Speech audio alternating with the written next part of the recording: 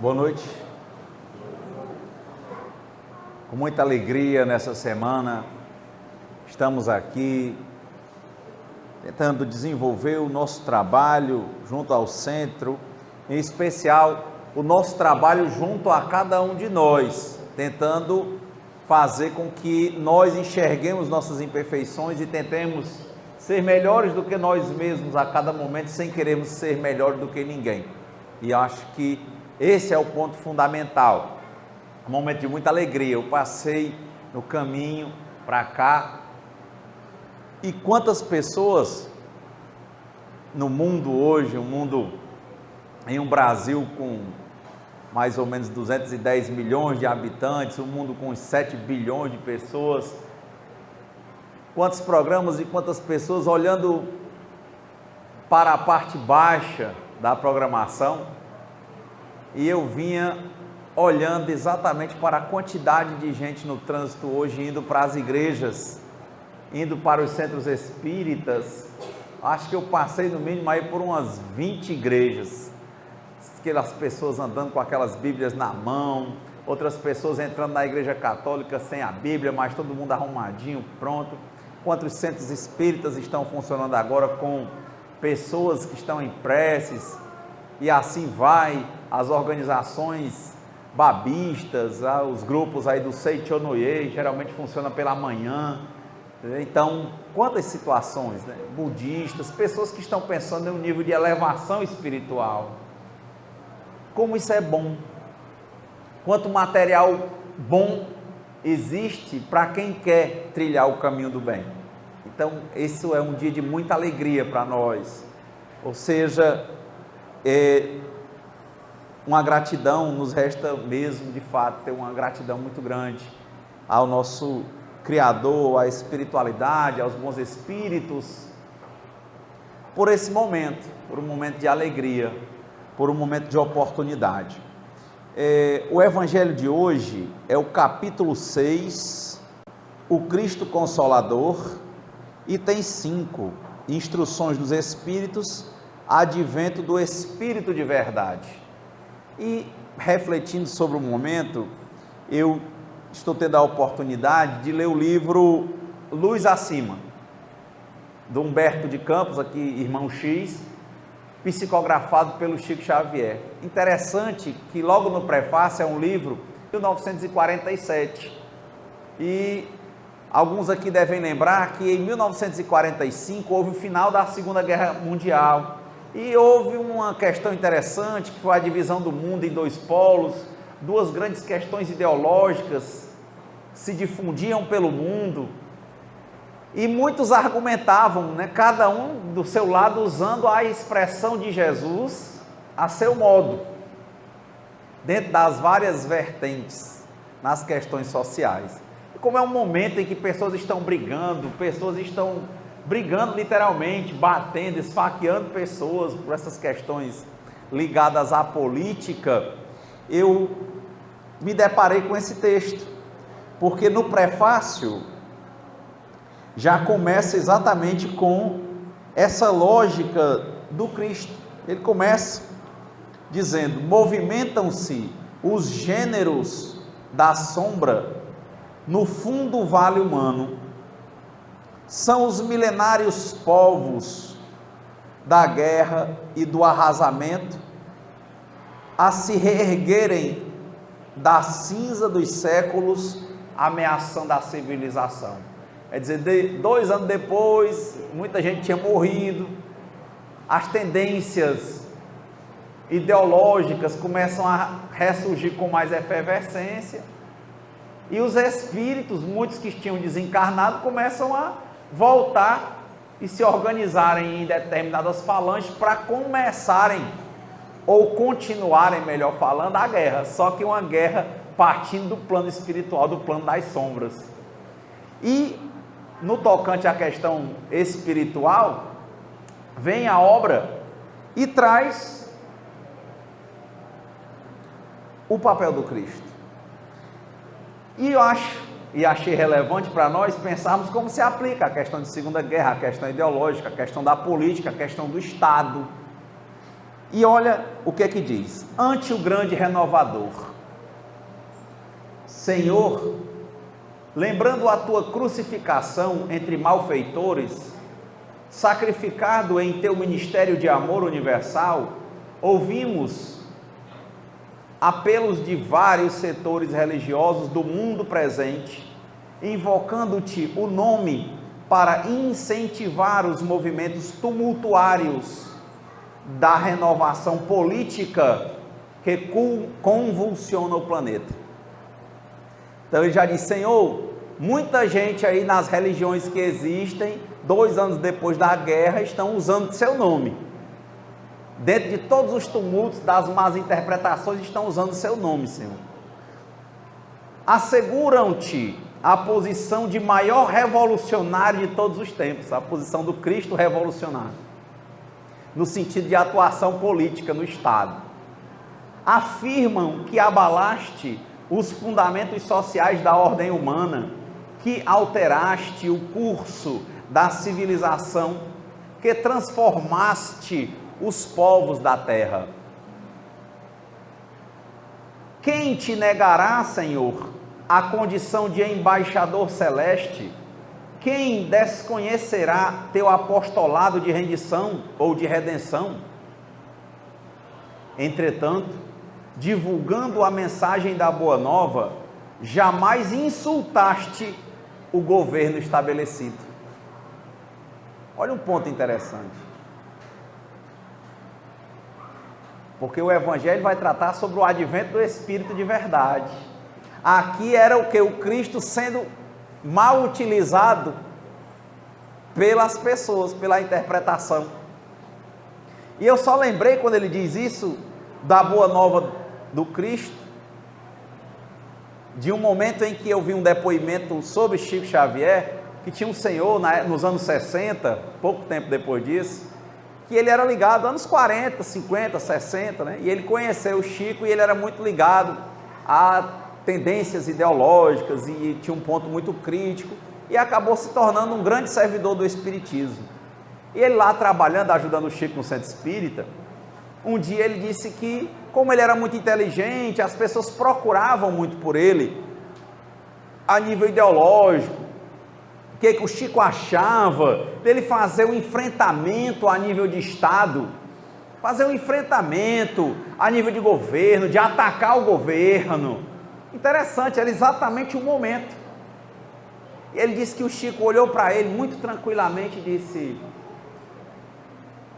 meu filho, é interessante, mas se eu posso fazer a minha parte hoje, por que eu tenho que dedicar toda a minha vida a derrubar um governo para me obrigar a fazer o que eu já posso fazer hoje? Ele disse que ficou sem palavras e disse que a partir dali ele tomou a decisão dele. Em outro momento, que tem vídeos no YouTube, perguntaram ao Chico sobre crise. Chico,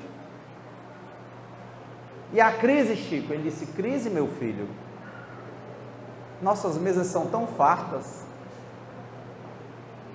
Se nós nos dispuséssemos a dividir o pão. E a jornalista ficou sem palavras. Outra pessoa chegou, e tem um trecho num livro do Chico que é ditado pelo Emmanuel, pergunta sobre essa questão de emprego. Ele disse: será que tem mesmo falta de emprego? Ou tem excesso de egocentrismo? Pessoas que acham que determinados empregos não são dignos para elas. Será que falta mesmo trabalho, meu filho? E a pessoa ficou sem resposta. É muito forte. E aí continua o texto: quem te negará, Senhor? Amigo de todos os sofredores e necessitados, nunca congregaste os infelizes em sinistras aventuras de ódio ou indisciplina.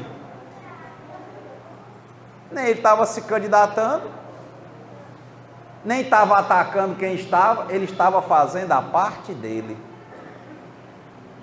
O Mahatma Gandhi, interessantemente, quando ele começa aquele movimento na Índia, ele começou um movimento pacifista, não de separação. Ele só queria que houvesse um respeito das culturas diferentes.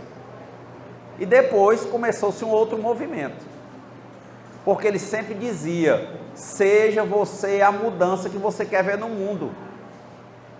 Se ele vestia paletó e o paletó vinha de fora e o pessoal de fora não respeitava a cultura deles, eles que produziam o algodão, mas não faziam o tecido, eles vamos aprender a fazer o pano, e ele ficava fiando, tanto que a bandeira da Índia é uma roca de fiar.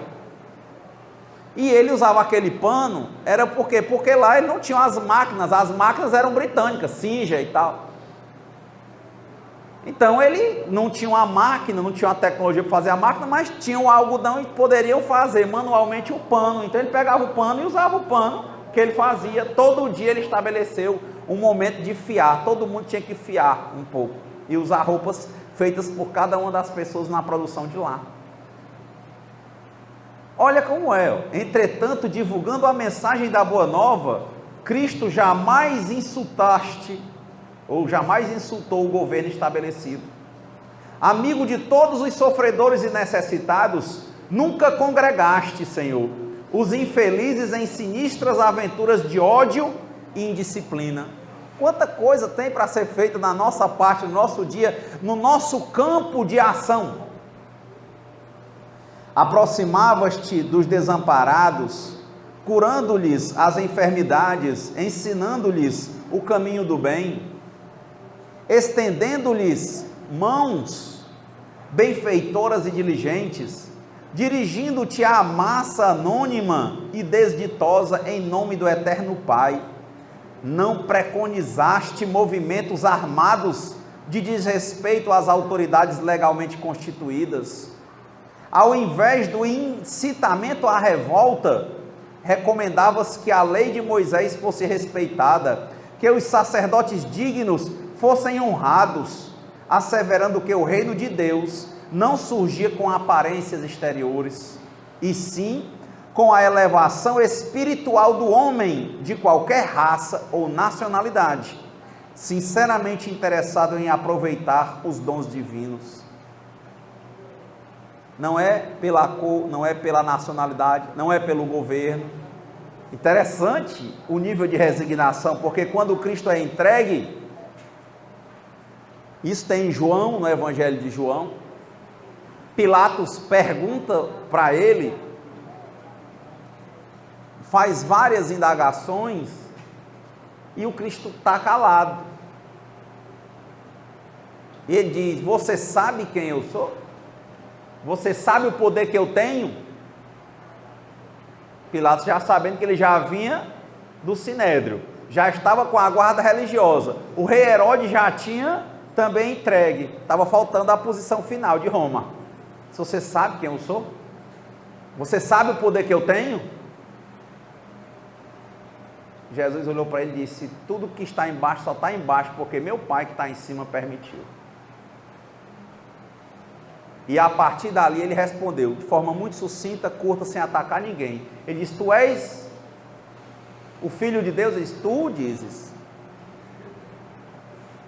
E assim ele seguiu. Tanto que Pilatos não o condenou, disse: eu lavo as minhas mãos. Mas a opinião dele primeiro era só dar umas chicotadas e soltar. Ele disse: cumpra o seu papel. Não estou aqui para me insurgir. Forte nesse texto. Expondo princípios superiores ao coração popular, Jesus, o Senhor, não disputaste lugar saliente junto ao romano dominador, a pretexto de patrocinar a liberdade. Nunca foi se encostar a quem estava mais forte ou mais fraco. Ele fazia o trabalho dele para quem estivesse disposto a receber. E quantos não estão aí no nosso campo de ação que podem receber a palavra de Deus, por exemplo, ou um exemplo nosso? E sim aconselhastes acatamento a César, com a obrigação de resgatar-se o tributo que se lhe devia, tanto que ele dizia: dai a César o que é de César, dai a Deus o que é de Deus, cada um só pode dar o que tem.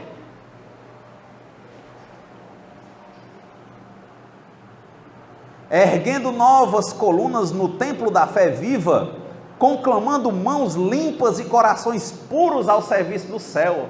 Ele não estava centrado na política estabelecida, se era Herodes, se era César, se era Pilatos. Ele estava fazendo o trabalho dele, como era na Samaria, como era na Judéia, como é, tem gente, onde tem gente, tem pessoas que precisam desenvolver o reino de Deus dentro delas. Eu vou fazer a minha parte, e vai receber quem quiser. Eu também não vou impor, eu não vou ter que me aliar, porque no livro Boa Nova, era o que Judas questionava, por que ele não se aproximava dos poderosos, que a mensagem dele era tão forte, que ele ia conseguir tocar mais corações, e ele disse, eu não tenho a pretensão de agradar a todos, de me forçar para os outros, eu tenho que fazer o meu trabalho, que é desenvolver o reino de Deus dentro, ou plantar o reino de Deus dentro do coração das pessoas, e cada um que esteja no ponto de receber, receberá. Eu estou aqui com as sementes, e estou plantando. Aí ele continua,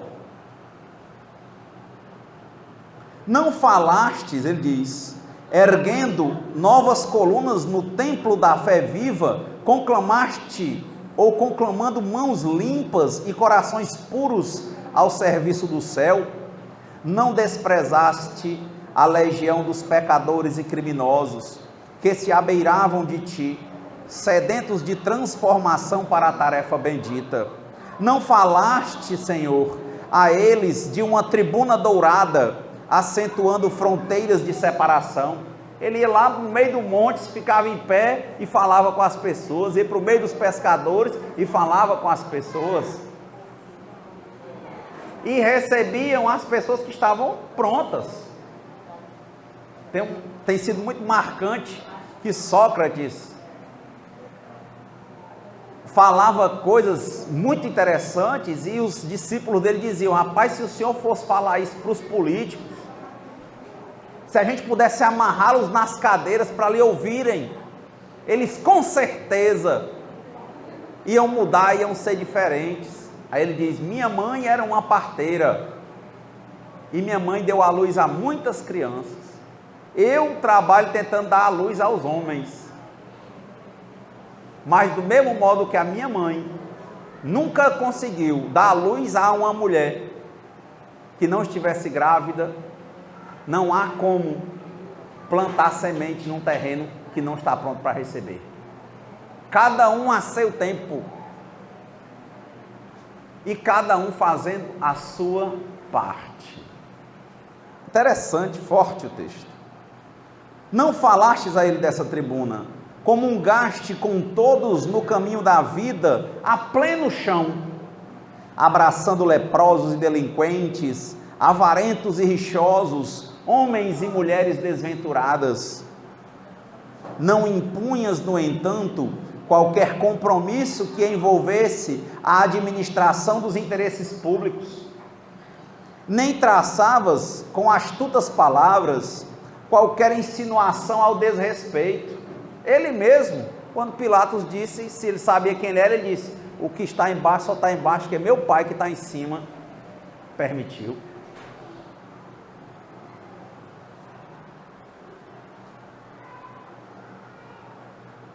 Não impunhas, no entanto, qualquer compromisso que envolvesse a administração dos interesses públicos, nem traçavas com astutas palavras qualquer insinuação ao desrespeito.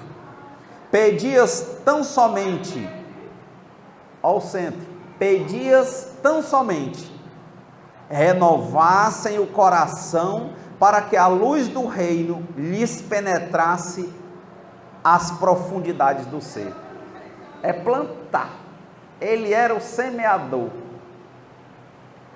Tanto que ele não aceita o título de revolucionário. Por quê? Porque ele plantava a semente, mas se não tivesse o terreno, ela não prosperaria. Não poderia. Será que nós estamos cuidando do nosso terreno para recebermos a semente de Deus? Não esqueçamos, não se pode pedir uvas ao espinheiro. O que é que nós estamos plantando? Ah, mas eu estou errado, eu fiz um inventário moral aqui, então hoje é dia tanto de reconhecer quanto de mudar. Mas é uma escolha que a gente aqui no Espiritismo chama de livre arbítrio. Sustentando o sublime ideal de obediência a Deus, nunca ordenaste morte ou punição aos companheiros menos corajosos. Suportaste as fragilidades dos discípulos mais queridos, confiando no futuro, certo de que, se podiam falar a ti nos instantes mais duros, não falhariam. Se podiam faltar a ti nos instantes mais duros, não falhariam para com o Pai nas grandes horas. Desde que não te desanimasses na semeadura da fraternidade e proteção, pelo esforço da palavra e do exemplo no círculo educativo. Quer dizer, ele não se considerava como Deus. Ele dizia: eu estou cumprindo o meu papel para os terrenos áridos. Eu não vou empurrar a semente à força, eu vou continuar semeando, não à força. E a quem faltar, os que disserem que estão no ponto de receber e que receberem e que não cuidarem para que a coisa prospere, eu tenho que ter paciência. Eles podem faltar a mim e eu tenho que esperar por eles, tenho que ter paciência. Porque o que me interessa não é que eles estejam comigo, mas que na hora que meu Pai precisar deles, nas grandes horas, eles estejam com eles. Eu só sou um instrumento, eu só sou o capim. Tira um, nasce outro. Se confiavas num mundo vasto, onde reinaria a solidariedade nas relações humanas, jamais tentaste apressar diretrizes absolutas pelo império da força. Por mais que ele acreditasse no que era bom, ele não usava a força para impor a ninguém. Ele só mostrava, dava exemplo, usava a palavra. Começaste sempre a propaganda dos propósitos divinos em ti mesmo. Olha aí a frase do Gandhi: seja você a mudança que você quer ver no mundo. Revelando o próprio coração, cultivando o trabalho e a esperança, com suprema fidelidade ao poder mais alto, que marcou a estação adequada à semente e à germinação, à flor e ao fruto. Confia em Deus, viva o seu dia, o seu presente a cada 24 horas, não se inquiete demais com resultados, faça a sua parte hoje, e confie no poder do mais alto para que o bem seja propagado. Haverá recursos de onde ninguém menos espera. E conforme você vai plantando, é possível que você colha onde você não plantou. Por quê? Porque tem vários semeadores. Como diz lá na Bíblia: nunca fui jovem, já sou velho, e nunca vi o homem justo sentir ou mendigar o pão.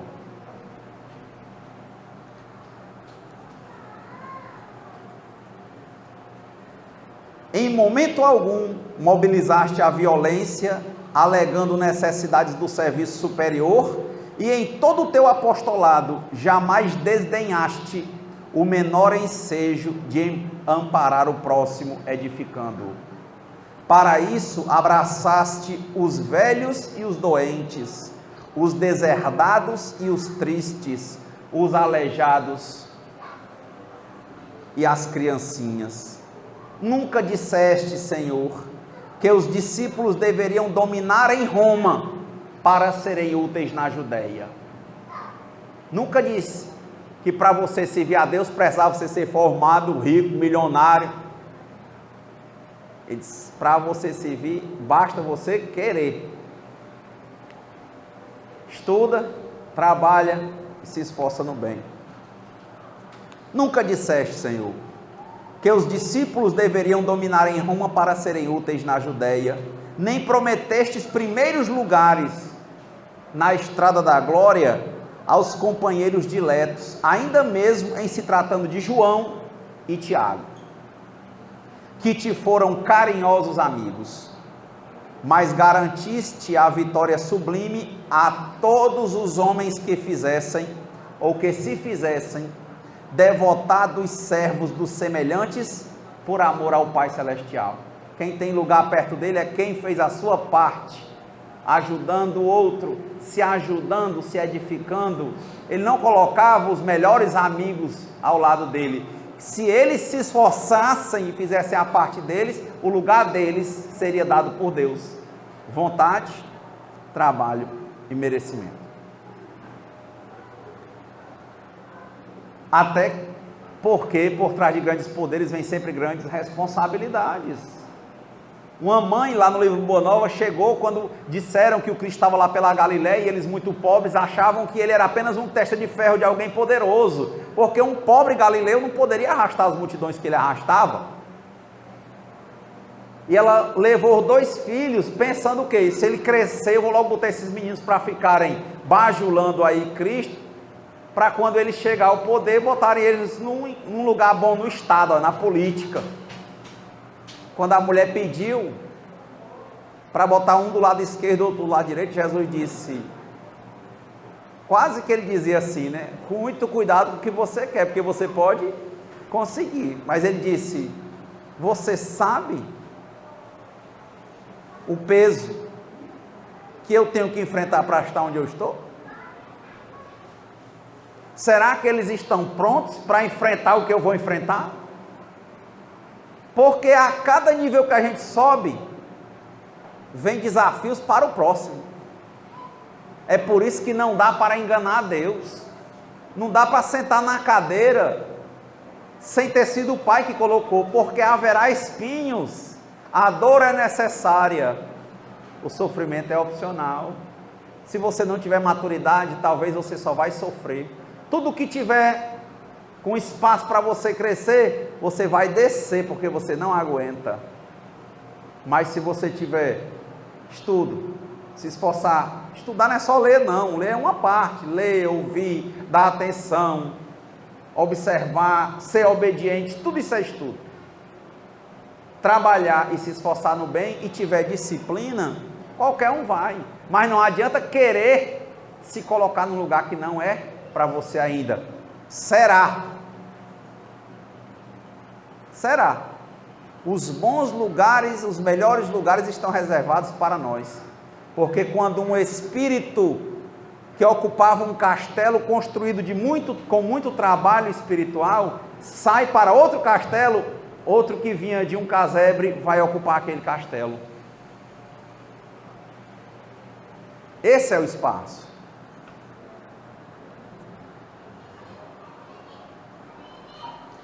Invariavelmente solicitaste socorro e proteção, desculpas e auxílios para os que te perseguiam gratuitamente, irônicos e ingratos. Ele nunca blasfemou contra ninguém, nunca jogou anátemas, nunca esculhambou, como a gente diz aqui. Ele tinha paciência, orava. Na cruz ele ainda disse, Pai, perdoa, pois eles não sabem o que fazem. É a pergunta lá no livro dos Espíritos, quem foi Jesus? O ser material, encarnado, que mais evoluído que já pisou nesse planeta. Ele é o nosso modelo. Tua ordem era de amor e paz, para que todo espírito se converta ao infinito bem. Hoje, contudo, improvisam-se guerras sanguinolentas e sobram discórdias em teu nome. Há companheiros que disputam situações de relevo a fim de servirem à tua causa, como se o sacrifício pessoal não constituísse a tua senha na obra redentora. não é ficar no lugar, é ser digno do lugar.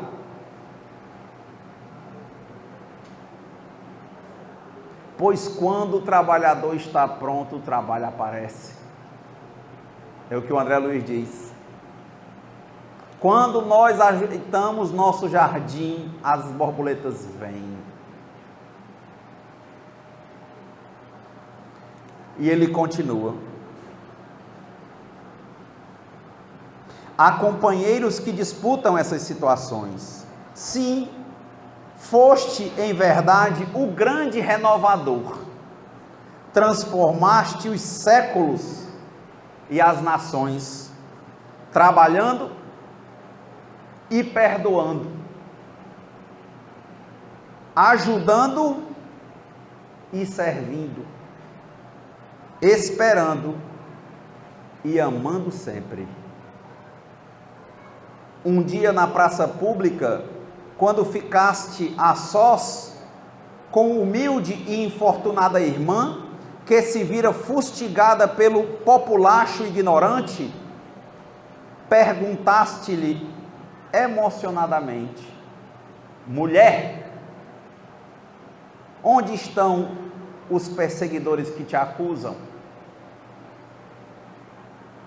Hoje, mestre, lamentando embora o tempo que também perdi na terra, iludido e envenenado quanto os outros homens, lembrando-te ainda da cruz frondosa, afrontosa, sozinho em tua exemplificação de amor e renúncia, abnegação e martírio, ouso interrogar-te, com as lágrimas de meu profundo arrependimento: Senhor, onde estão os renovadores? Senhor, onde estão os renovadores que te acompanham? Estão esperando pelo cargo? Ou já estão nos seus devidos lugares? Quem quer servir é só arregaçar as mangas e trabalhar. Vontade, trabalho, merecimento, paciência, perdão, calma, trabalha a cada momento, plenamente, confiança em Deus para o futuro. Então achei muito pertinente para o momento. E tenho agora começado a desenvolver vez por outra. Eu disse no Evangelho retrasado que ia começar vez por outra a trazer uma história dos livros, para a gente falar o Evangelho em histórias, para a gente ver a riqueza que é ler um livro desse do Chico. O livro Luz Acima, ditado pelo irmão X, psicografado por Chico Xavier, com prefácio 2 anos depois da guerra, 1947. Lembrando que o nosso lar foi na época da guerra. Foi uma guerra pesada, né? Só judeus foram 6 milhões, de mortos. Fora o povo romanil, os ciganos, negros, homoafetivos e pessoas que foram dizimadas. Voltando aqui para o Evangelho, que eu acho que sempre os textos se comunicam, disse, capítulo de novo, 6, o Cristo Consolador, olha se não é o Evangelho. Item 5, advento do Espírito de verdade. Venho, como antigamente entre os filhos transviados de Israel, trazer a verdade e dissipar as trevas. Escutai-me. O Espiritismo, como antigamente minha palavra, deve lembrar aos incrédulos que acima deles reina uma verdade imutável. O Deus bom, o Deus grande que faz germinar a planta e eleva as ondas. Revelei a doutrina divina e como um ceifeiro, que é o que colhe, reuni em feixos o bem esparso da humanidade, ou na humanidade, e disse, vinde a mim todos os que sofreis. Porque o Espírito de verdade vem manifestado no livro dos Espíritos, com a organização a partir da segunda edição por São Luís, com vários espíritos que receberam essa tarefa no plano espiritual no final do século XIX, porque o livro dos Espíritos é de 1857, receberam a tarefa de aprimorarem as mensagens com detalhes vindos do plano espiritual, as mensagens deixadas pelo Cristo. Hoje eu estava no Centro Espírita Simples como a Fé, e um senhor veio conversar comigo e perguntou sobre os textos antigos, os textos dos indianos, os textos dos egípcios, os textos dos gregos, porque eu já vi alguns grandes palestrantes espíritas que eu admiro e me ajudaram muito, mas às vezes trazendo algumas palavras um pouco ofensivas para com outras religiões, e eu estava dizendo para ele que a minha compreensão, que com certeza pode também ser errada e equivocada, mas é a que eu tenho hoje, é no sentido de que cada um a seu tempo. Os livros que nós temos dos indianos têm em torno de 6.000 anos, ou seja, 4.000 anos antes de Cristo. Eles não eram livros, eles eram passados na cultura oral, porque eles diziam até que no dia que precisasse escrever coisas tão óbvias, leis universais sobre moral, é porque realmente a sociedade estava degradada, porque isso tinha que estar dentro das pessoas. E eu explicando para ele que eu acreditava que ali era a forma, naquele período, que aquelas pessoas tinham de entender essas leis. E isso foi para os hindus, depois foi para os egípcios.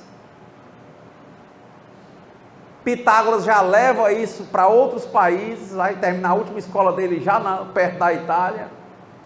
Platão conversou com isso, quer dizer, os gregos beberam nas mesmas fontes, 600 anos antes de Cristo, já também mais perto, de 4.000 para 600, aí vem o Cristo,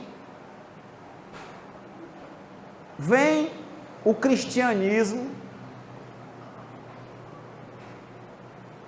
e ainda assim pessoas brigando em nome de Jesus, quando Jesus não brigava. Quando Pedro puxava uma espada, ele dizia: guarda a tua espada, porque quem vive pela espada também morre pela espada.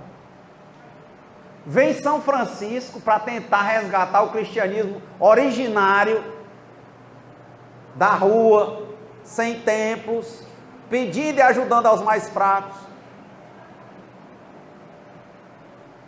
E ainda assim a Europa entrou nessas guerras que a gente falou. Teve que vir uma nova linguagem. Veio o Espiritismo, com a linguagem adequada para as pessoas na época realista, na época do desenvolvimento das ciências, no século XIX. E para nós, cristãos, a linguagem era o Espiritismo. Ainda assim, muitos não aceitaram. O Espiritismo só veio a ser desenvolvido mesmo onde? No Brasil. Que o livro Brasil, Coração do Mundo e Pátria do Evangelho, do irmão X, o mesmo, psicografado por Chico Xavier, fala essa história. O Emmanuel também fala no livro A Religião dos Espíritos, que houve esse trabalho. Então não é que um esteja errado, o outro esteja certo. É a forma de escutar, cada um escuta e entende conforme o seu nível de evolução espiritual. Então tem gente que se dá muito bem lá no Shalom, com todas as restrições e imposições morais que ele tem, que são dele. Tem gente que se dá muito bem nas igrejas evangélicas, tem gente que se dá muito bem como hindu, como muçulmano, e cremos que os que agem de forma a matar, tem muito a ver com o não compreender, porque hoje se fala muito do povo muçulmano matando, mas não se fala, por exemplo, que durante muito tempo pessoas e povos foram dizimados em nome de Jesus.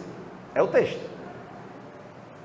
Então o Espírito de verdade, esse Espírito, o advento dele, é esse conjunto de Espíritos que vem trazer uma linguagem mais fácil de ser compreendida no Ocidente, para nós. Não é porque é o mais certo, é o adequado para uma grande massa da população de espíritos mundial. Ponto. Esse é o papel. E é por isso que ele diz, olha, eu vim aqui para mostrar verdades imutáveis. O Deus bom, o Deus grande que faz germinar a planta e elevar as ondas. Mesma coisa que os hindus diziam quando diziam do Dharma. Ele dizia, existe uma lei natural. Existe uma lei natural que não pode ser rompida. O Dharma, para nós Deus, o que é o soberano, ele é que mantém as estrelas no lugar, esse planeta orbitando, e o mar no lugar dele, e as coisas acontecendo, e fazendo com que quem está plantando para ser uma pessoa melhor, começar com o tempo, estudando, trabalhando, ver resultado, ter merecimento. Isso é a lei natural. E ela é imutável. Imutável. Quem vem repetir isso? O Espírito de verdade. Então é interessante que a gente reflita nesse ponto. O Espiritismo, no aspecto de filosofia, ciência e religião, não é para nos separar de outras religiões. É para a gente entender que a forma compreensível para nós, como Deus melhor chegou no nosso coração, foi com o Espiritismo. Para outros chegou com o protestantismo. E qual é o melhor? Não tem. A questão é, você está desenvolvendo o reino de Deus dentro de você. Isso importa. O que é melhor? Morango ou caju? São gostos diferentes. Agora não dá morango em regra onde dá caju. Por quê? Porque caju é de terreno seco e morango é de terreno onde tem um clima frio. Nenhum é mais do que o outro. Agora ele precisa de elementos diferentes. Tem gente que vai chegar ao Espiritismo, abrir, arar a terra para que Deus plante a sementezinha dele lá, o Espírito de verdade, por exemplo, plante a semente dele dentro, com uma doença. Tem gente que vai receber Deus com um desemprego, com uma desilusão amorosa. Por isso que a dor é necessária. Mas tem gente que usa termos pejorativos com a dor, diz, a minha vida só dá, né? Aquela expressão que o pessoal diz para quem vai para o teatro, né? Que não deve dizer boa sorte, né? Mas essa expressão, se você for entender a riqueza do Egito, vem disso, porque do humus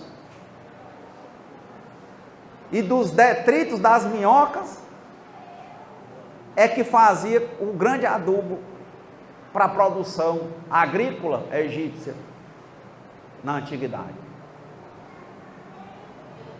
Tudo pode ser visto pelo lado bom. E o esforço, porque não parou no Espírito de verdade. Na Europa as pessoas não estavam querendo escutar, não estavam querendo entender. E o Kardec vivo, ainda, no Rio de Janeiro, foi criado um centro espírita. E o Chico nem sonhava em nascer. E anos depois da morte do Kardec, o Chico nasceu. Mais exatamente em 1910. 17 anos depois, ele foi conhecer o Emmanuel. 21 anos depois, ele começa a escrever.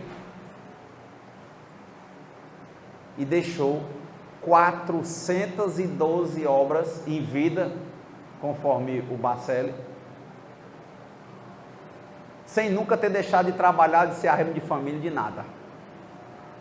De ir ao centro, uma semana antes de desencarnar, muito debilitado, ainda foi ao centro. E o centro lá era pesado o funcionamento.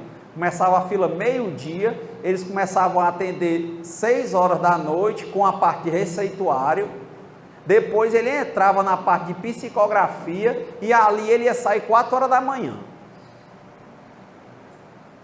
E assim foram mais de 50 anos de trabalho mediúnico e ainda psicografava. Um homem que psicografava no lápis, na mão, para não comprar outro papel porque não tinha dinheiro, ele datilografava e apagava tudo as folhas para no outro dia reutilizar as folhas.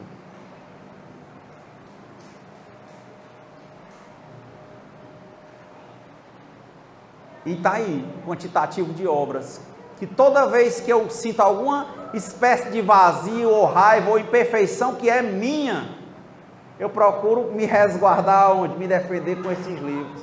Eu começo a ler, e não raro, Emmanuel conversa comigo, e Humberto de Campos conversa comigo, Jesus conversa comigo, porque ele conversa com qualquer um que queira ouvi-lo.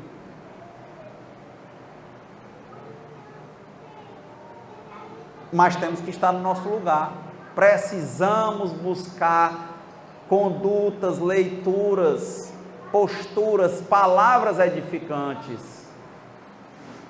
Há algum tempo eu falava mais do Seichonoye, por quê? Porque eu achei fantástico ele tratar muito sobre a alegria de viver.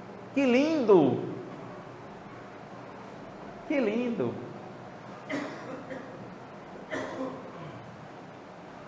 E questionar a posição, meu amigo, viver em cima desses detalhes.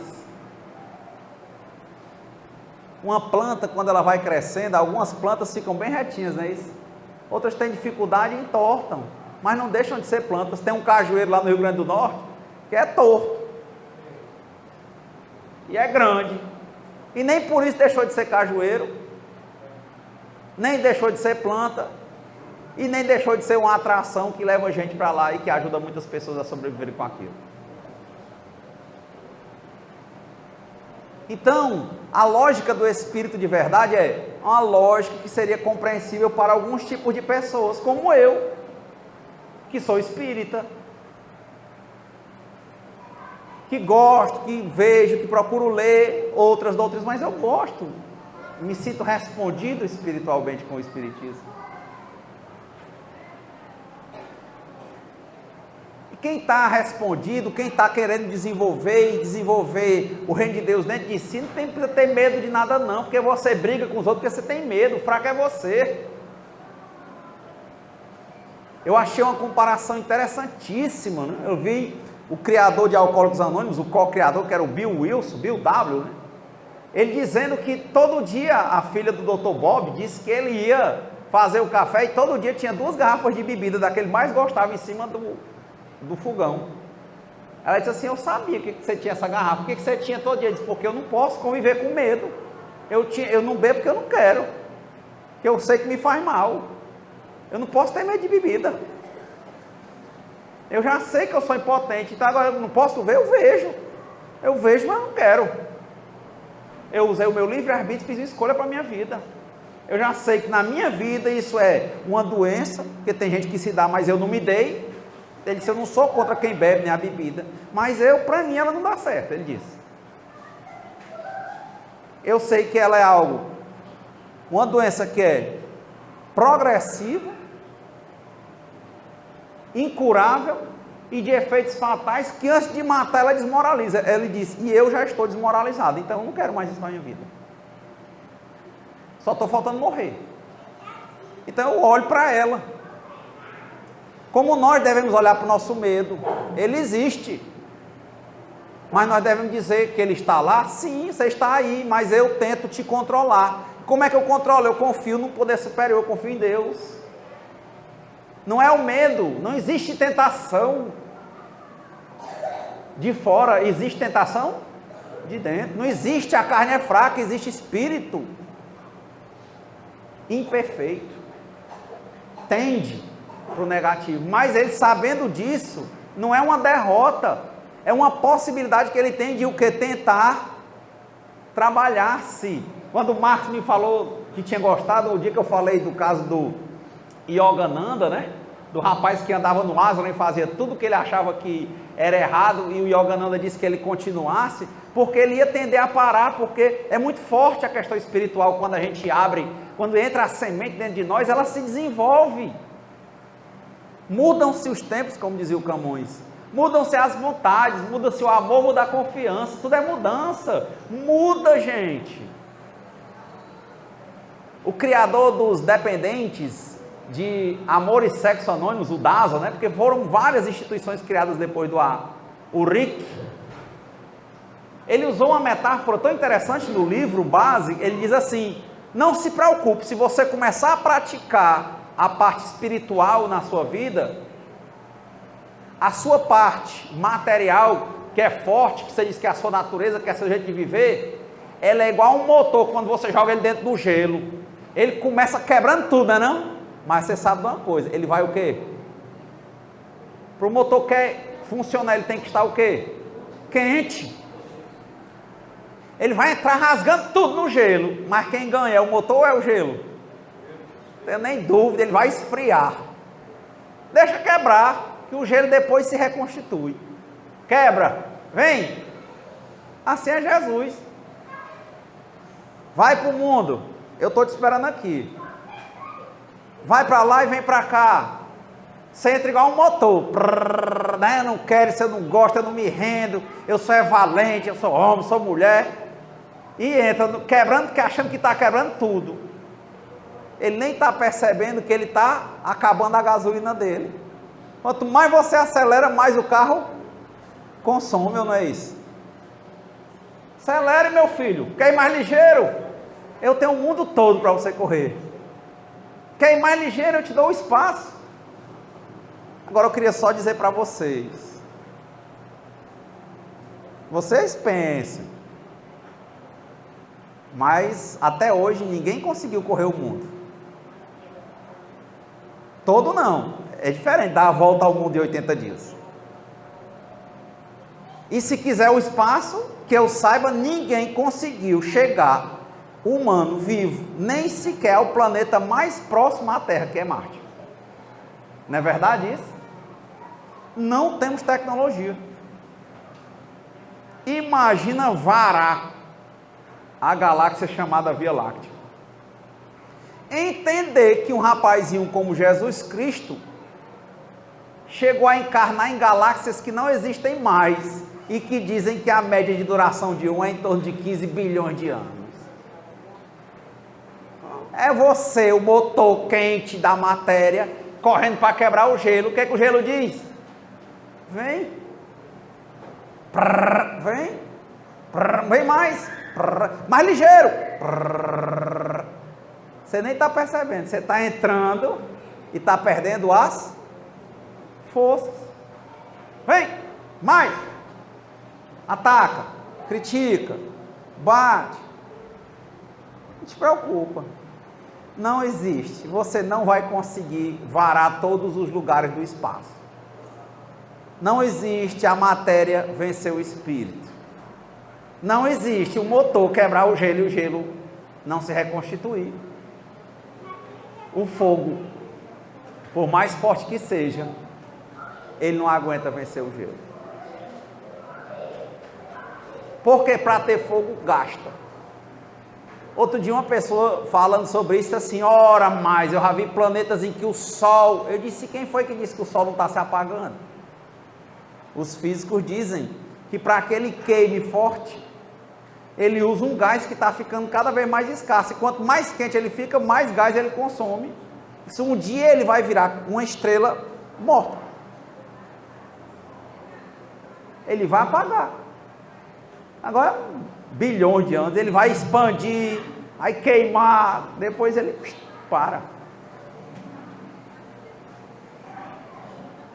Então não tem racionalidade que leve a gente a querer dizer que a matéria vence do espírito. Essa batalha não se ganha. Quem é que você conheceu nascendo sem morrer, Haroldo? Vem a doença, vem a dor, vem a decrepitude. Ela vai quebrando a natureza, não quebra não? Quantos nós não vimos dizendo que não acreditava em poder superior, não acreditava em Deus, ligando o motor para viver o mundo? Eu lendo essas coisas do Daza, já pensou um homem ou uma mulher achar que vai conseguir ter sobre o seu domínio sexual todos os homens e todas as mulheres? Não existe. Uma encarnação não vive, ela vai ficando velha, ele vai ficando velho, e outros novos vão aparecendo, e ele vai ficando desprezado e angustiado, não consegue. Ele não acontece. Pode ser o mais lindo fisicamente. É o motor entrando aonde? No gelo, entra. Vai. Agora Jesus está onde? Está lá, no lugarzinho dele, todo dia. Onde é o lugar de Jesus? Dentro do nosso coração. Deus está lá. O Padre Zezinho tem uma música que ele diz, né? Estou pensando em Deus, estou pensando no amor. Está dentro da gente. O ser humano é um diamante bruto. Ele vai melhorando, sendo lapidado, porque ele é bruto demais. Mas se lapida, porque até o diamante, que dizem ser o que há de mais duro na natureza, você consegue lapidar ele, botar num anel. Em um anel. Mais bonito é o André Luiz dizer, o diamante na lama não perde o seu valor. O que ele está dizendo para nós? Quem identificar que está errado, levante, tome um banho e comece a melhorar. Olha aí o Evangelho. Mas os homens ingratos desviaram-se do caminho reto e largo que conduz ao reino de meu Pai, e estão perdidos nos ásperos e estreitos caminhos da impiedade. A luta nossa é ir para cima. Ir para cima dá trabalho. Tem, por exemplo, a lei da gravidade. Mas ir para baixo, todo santo ajuda. Diz que o carro de alto a baixo, todo mundo quer ajudar a empurrar. É maneiro. O que é mais fácil? Você amanhã levantar e ir trabalhar ou estudar, sentar 8 horas em ponto, morto e feliz, ou amanhã você não querer acordar, não querer tomar banho, encher a sua cabeça dizendo que vai ser ruim, que é uma segunda-feira, que tem trânsito, que tem problema, que você vai ter crítica, que vai ser problemático o seu trabalho, que vai ser difícil. Para baixo, é mais fácil ou mais difícil? É fácil demais. Mas é bom? Não for, ou for mal de espírito, com um dia você não vai mesmo, você não vai ter mais emprego. Aí vai ficar se lamentando, porque o caminho mais fácil não quer dizer que é o caminho melhor. Ele diz, muitos estão perdidos por aí. Mas Jesus continua, eu sou o caminho, a verdade, e eu continuo aqui. Se perda, mas volte, se quiser. Se perda, mas volte, se quiser. Quando quiser. Porque, na verdade, sabemos, todo mundo um dia volta. Meu Pai não quer aniquilar a raça humana, quer que ajudando-vos uns aos outros, mortos e vivos, ao Espírito de verdade. Ele quer um diálogo. Por que veio com tanto detalhe o Espírito de verdade explicar que os Espíritos podem nos ajudar? Para a gente entender que a vida mesmo não é essa material, que o objetivo dessa vida material é aprimorar a vida espiritual. Eu achei interessante que tem um Deus, né, um deles, né, daqueles seres lá do Ramayana, muito bonita essa passagem, a quem quiser entender, porque diz, a pessoa um Deus macaco, né, mas é simbólico, e ele foi o servo mais fiel do rei Rama, que era um Deus chamado Narayana, Vishnu, que encarnou, passou 10.000 anos encarnado, e tinha, dentro de grandes batalhas, tinha um servo dele que ficou amigo dele numa grande batalha em que ele foi buscar a mulher dele, que tinha sido sequestrada. E esse macaco era muito fiel mesmo ao rei Rama. E o rei Rama, no final, entregou para ele um presente, deu para ele um bracelete de ouro maciço. E ele era um macaco.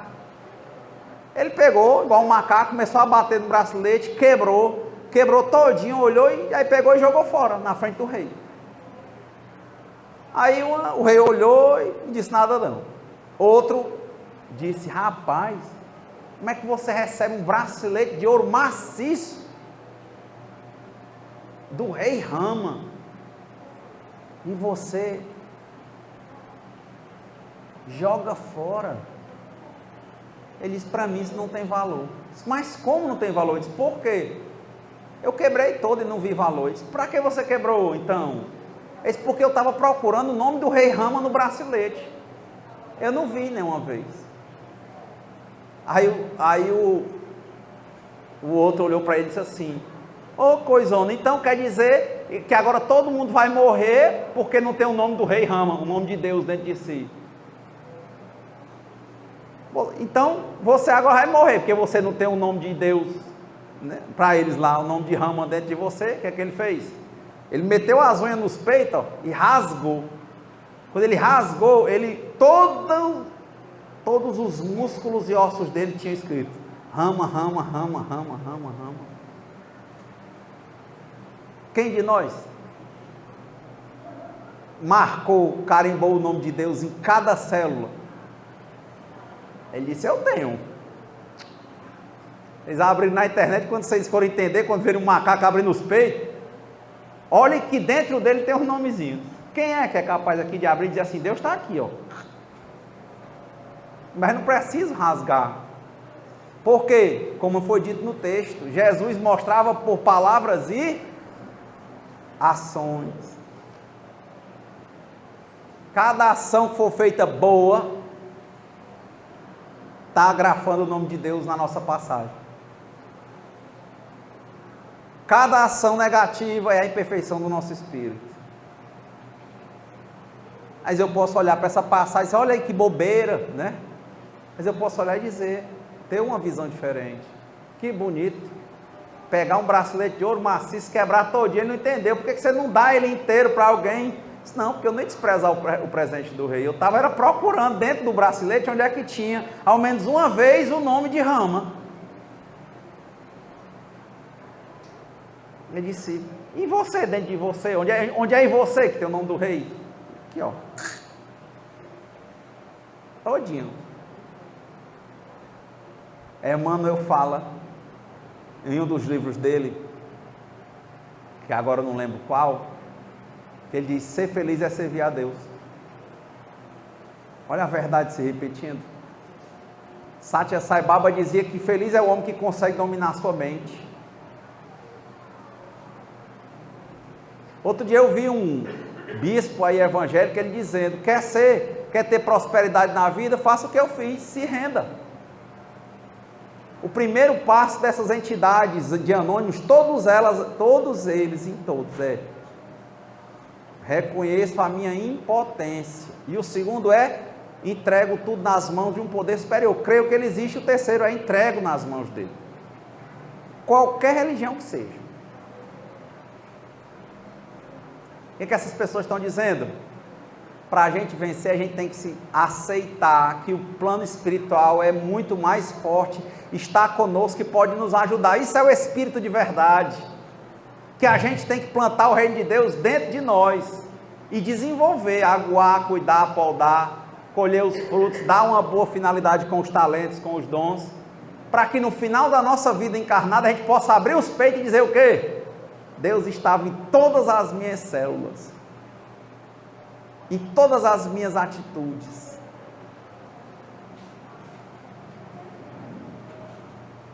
Para finalizar, que hoje tem sido um pouco mais extenso por causa do quantitativo de atendimentos, eu fico esperando geralmente o dirigente, é importante a reflexão nossa sobre o nosso papel no mundo. Eu vi um autor de um livro chamado Os 7 Hábitos das Pessoas Altamente Eficazes, chamado Covey. e ele manda você fazer um inventário. Interessante que todos os anônimos dizem que no quarto passo você deveria fazer um inventário. E ele diz assim, você quer saber qual é o sentido? Porque muita gente não sabe o sentido da vida, como dizia o Frankl, né? E ele usa o Frankl dizendo que o sentido da vida é assumir as responsabilidades do nosso campo de atuação. Aí o Covey diz, para quem não sabe o sentido da vida, a quem está sentindo vazio, eu vou lhe dar uma lição. Pegue um papel e uma caneta, tentem pensar isso hoje, durante a mediúnica, e se chegar em casa, tente escrever. Ele disse, você se imagina, como é que você lembra, como é que você está vivendo sua vida até hoje, o que você está procurando, o que é o centro da sua vida. Depois você se imagina morrendo. Ixi, a hora da morte não, você imagina quem é que vai comparecer ao seu velório, imagina lá, sua mãe, aí você imagina o quê? O que é que as pessoas que vão usar a palavra vão dizer? E ele ele fez o testamento dele. Vocês já viram alguém dizer assim, num velório, olha, um homem desse, sempre foi um homem rico, milionário, trabalhou toda a vida para ganhar dinheiro para ele, sustentar só a família dele. Já ouviu dizer isso? Não, a pessoa diz assim, morreu, fica bom, né? Era um homem caridoso, era um bom pai, olha. Ele diz, veja, que a gente vive correndo atrás de dinheiro, achando que o mais importante é só essa questão do dinheiro, o material, o corpo, a questão, mas na hora que você morrer, você não vai querer que nos discursos, se alguém disser, você não vai querer que isso conste, porque você vai querer ser lembrado pelo que você fez de bom.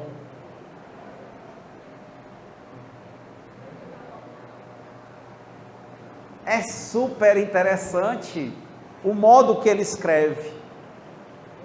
Realmente dizer, olha, ganhou muito dinheiro, será que você queria ouvir isso? Já que até que você está morto não pode mais ganhar. Teve muitos carros, olha, ficou com muitas mulheres, mulheres ficaram com muitos homens, dominou muita gente, fez um bocado de gente de besta. Vocês queriam que dissesse isso? Quem queria? Não é interessante a provocação? Quer saber o sentido da sua vida? O que é que você tem que fazer amanhã ou hoje? Imagine você ouvindo o pessoal falar no dia do seu enterro sobre o que é que você quer ser lembrado, o que é que marcou na vida das pessoas a sua passagem pela terra. Porque já sabemos, depois que morrer, depois que enterrar, o pessoal não fala mais não. Ou fala por algum tempo, depois você vai ser completamente esquecido. Ele diz, eu quero saber quando o corpo ainda está bem ali, esfriando. Esfriando. O que é que você quer que as pessoas digam? Ele diz, muito difícil que você vai dizer das pessoas que você ficou, das farras que você fez, dos homens ou mulheres que você teve, das vezes que você foi desonesto. Ele disse, faça esse inventário e comece a fazer o que você queria. E eu vou encerrar com esse conto, já que eu tenho dito de contos, né? O conto dentro dos contos indianos, até que eu falei aqui, que o livro dos Espíritos fala que o futuro é previsível, mas ele é flexível. E tinha dois rapazes, me marcou muito essa história, que eles foram procurar um grande vidente do futuro, e o vidente disse para eles simplesmente assim, um daqui a um ano vai ser rei e o outro vai morrer. E eles foram embora muito felizes, um e o outro disse assim, não, se eu vou morrer, vou começar a fazer o bem, porque eu quero ser lembrado pelo bem que eu faço, ou que eu fizer. Ele não era bom, mas começou a ser quando ele soube que daqui a um ano ele morreria. E o outro que ficou com a determinação de que seria rei, ele começou a brigar com as pessoas, até com a mãe dele. Ele dizia, você vai ver quando eu for rei. Ele era um homem bom e se tornou ruim. Por quê? Porque achava que em um ano ele ia virar rei. O que era bom ficou ruim, o que era ruim ficou bom. O desígnio do que ia morrer e o outro que ia ser rei. Um dia passou um ano e meio e nada aconteceu. No meio da floresta eles foram achar o cara e encontraram uma sacola cheia de pedras preciosas. O que achava que ia ser rei correu para pegar. Veio um ladrão para tomar, eles começaram a lutar. O outro que não estava querendo ser bom foi ajudar. Quando foi ajudar, levou uma facada. Mas botou o bandido para correr. Quando botou o bandido para correr, ficou vivo, mas com a facada. E o outro, que ia ser rei, ficou com uma sacola de joias. Quando eles encontraram o sábio, disseram: rapaz, como é que você disse que não errava? Você disse que um ano eu ia ser rei e o outro, um ano eu ia morrer. Ele disse: pois é, o futuro é assim, ele está previsto, mas ele pode ser mudado, depende da sua atitude. Eu disse que você ia ser rei, você era bom, todo mundo gostava de você. Quando eu disse que você ia ser rei, você mudou de comportamento, se tornou uma pessoa intolerante, raivosa, vingativa e ameaçou todo mundo. E hoje o que sobrou daquele futuro foi essa sacola de joia que você está agora na mão. E o outro, você era muito ruim, passou o ano sendo bom porque você queria, já que ia morrer, queria que lembrasse do que você fez de bom. Você ainda não está perfeito, sobrou só essa facada para você, mas você não vai morrer. Isso é o nosso papel. Que Deus abençoe nossa semana, muita paz para todos nós. Senhor, fazei-me um instrumento de vossa paz. Onde houver ódio, que eu leve o amor. Onde houver ofensas, que eu leve o perdão. E onde houver discórdia, que eu leve a união. Onde houver dúvidas, que eu leve a fé. Onde houver erros, que